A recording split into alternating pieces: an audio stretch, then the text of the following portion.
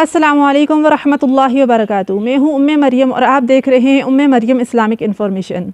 मुअज़्ज़ज़ नाज़रीन कराम, अशर ज़िलहज्जा वो कीमती दिन हैं कि जिनमें आप अपने अल्लाह ताला से हर किस्म की अपनी जायज़ हाजात पूरी करवा सकते हैं और अपनी बख्शिश करवा सकते हैं। चुनांचा मनक़ूल है कि इस अशरा में बहुत से लोग बख्श दिए जाएंगे। जैसे कि रमज़ानुल करीम के आखिरी अशरा में अल्लाह ताला अपनी अज़ीज़ उम्मत मुस्लिमा के बहुत से लोगों को बख्श देते हैं, ऐसे ही अशर ज़िलहज्जा में कीमती अमाल के ज़रिए अल्लाह ताला को पुकारने वाले बहुत से लोग अपनी हाजात को पूरा करवा देते हैं।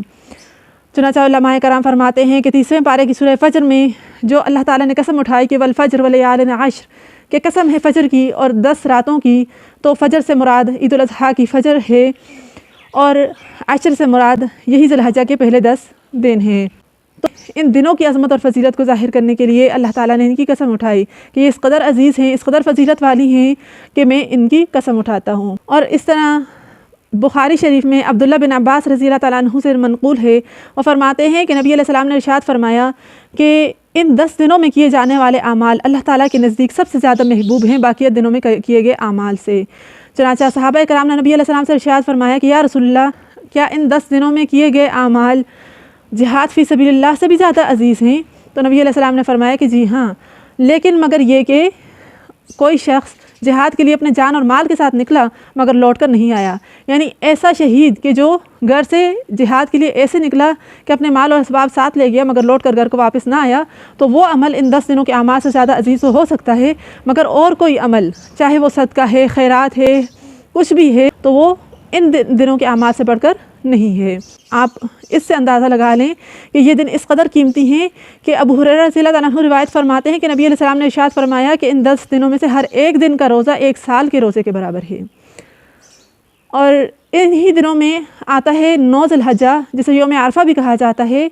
तो उसके बारे में शोबुल ईमान में हज़रत आयशा सिद्दीक़ा रज़ियल्लाहु अन्हा से रिवायत है, वो फरमाती हैं कि 9 ज़िलहज्जा का रोज़ा 1000 दिन के रोज़ों के बराबर है। सुबहान अल्लाह, अगर कोई शख्स इस एक दिन में एक रोज़ा रखेगा तो उसे 1000 दिन रोज़ा रखने का सवाब मिलेगा।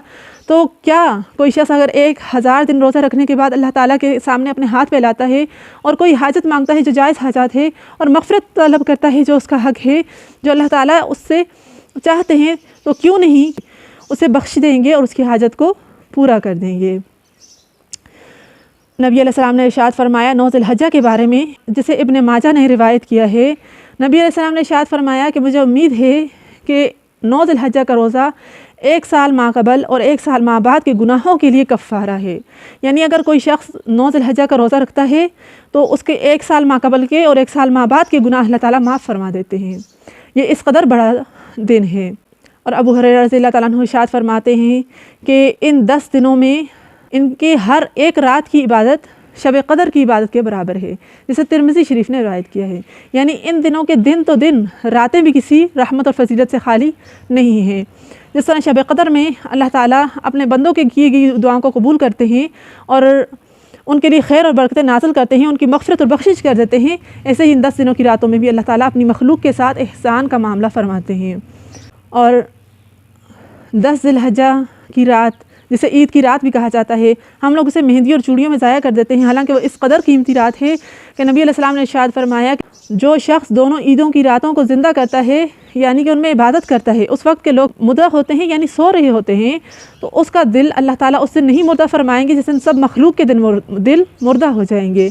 यानी क़यामत के दिन जब तमाम मखलूक के दिल मुर्दा हो जाएंगे, उस वक्त उस शख्स का दिल ज़िंदा होगा जो दोनों ईदों की रातों को इबादत करके जाके गुजारता है।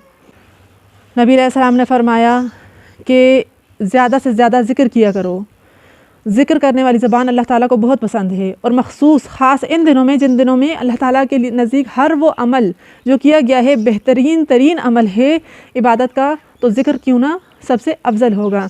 नबी अलैहिस्सलाम ने फरमाया कि कसरत से तकबीर किया करो, यानी अल्लाह अकबर कहा करो, तहलील किया करो, यानी ला इलाहा इल्लल्लाह कहा करो, और तस्बीह किया करो, यानी सुबहान अल्लाह कहा करो, और तकबीर कहा करो, यानी अल्लाह अकबर पढ़ा करो। और नबी अलैहिस्सलाम ने इरशाद फरमाया कि तस्बीह कहना आधे मीज़ान को भर देता है, यानी सुबहान अल्लाह आधे मीज़ान को भर देता है और अल्हम्दुलिल्लाह पूरे मीज़ान को भर देता है, जबकि अल्लाह अकबर कहना ज़मीन और आसमान के दरमियान जितना खला है उसको भर देता है। तो लिहाजा ज़्यादा से ज़्यादा इन तस्बीहात को पढ़ा करें। और जिसे तकबीरात तशरीक कहा जाता है, वो तकबीरात तशरीक भी आप कसरत से इन दिनों में पढ़ा करें। तकबीरात तशरीक क्या होती हैं कि अल्लाहु अकबर अल्लाहु अकबर अल्लाहु अकबर, ला इलाहा इल्लल्लाहु अल्लाहु अकबर वलिल्लाहिल हम्द, अल्लाहु अकबर कबीरा वल्हम्दुलिल्लाहि कसीरा व सुब्हानल्लाहि बुकरतन व असीला। वलिल्लाहिल हम्द तक ये तकबीरात तशरीक तो हैं, ये वाजिबात में आती हैं, और आगे जो हैं तो ये भी पढ़ लें तो ज़्यादा बेहतर है। और ये जो तकबीरात तशरीक हैं ये 1 से 9 ज़िलहज्जा तक तो कहना मुस्तहब अमल है, यानी आप हर फ़र्ज़ नमाज के बाद भी कहिए, वैसे भी कहिए, और इसके ज़्यादा कसरत से पढ़ने वाले को हज भी नसीब होता है।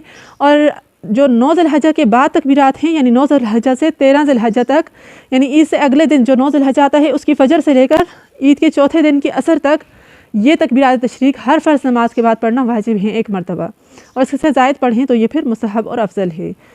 तो इन तकबीरात को याद रखने का तरीका ये है कि नमाज के बाद ये भूलें ना, तो आप एक छोटा सा कागज़ का टुकड़ा आप अपनी जानिमाज़ पे लगा लें, ताकि आपको वो याद दहानी करवाए कि आप नमाज के बाद तकबीरात तशरीक कहना है, क्योंकि ये वाजिब का रुतबा रखती हैं इन 5 दिनों में ईद के। तो अगर वाजिब छूट जाएगा तो फिर गुनाह होता है।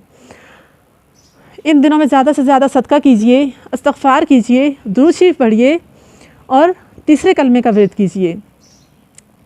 मैं दोबारा से रिपीट करूँगी, अगर आप चाहते हैं कि आप इन दिनों की बरक़ात को समेट लें और ज़्यादा से ज़्यादा हासिल करें, तो इन दिनों में कसरत से तकबीरात तशरीक पढ़िए, तीसरा कलमा पढ़िए, दुरूद शरीफ पढ़िए और इस्तग़फ़ार पढ़िए। एक तस्बीह तो आप रोज़ इनकी लाज़मन पढ़िए, और नफल नमाज पढ़िए, नमाज तौबा पढ़िए। नमाज तौबा की नीयत से 2 रकात नफल पढ़ के दुआ कीजिए, मेरे लिए भी और तमाम उम्मत मुस्लिमा के लिए भी, क्योंकि वो दुआ रद्द नहीं होती जिसमें तमाम उम्मत को याद किया जाता है। यानी जब गायब के लिए दुआ करता है तो अल्लाह ताला सबसे पहले उसके हक़ में उस दुआ को कबूल फरमा लेते हैं। इसके साथ मैं अपनी वीडियो का अख्तिताम करती हूँ। दुआओं में याद रखिएगा। अस्सलामु अलैकुम व रहमतुल्लाहि व बरकातुहू।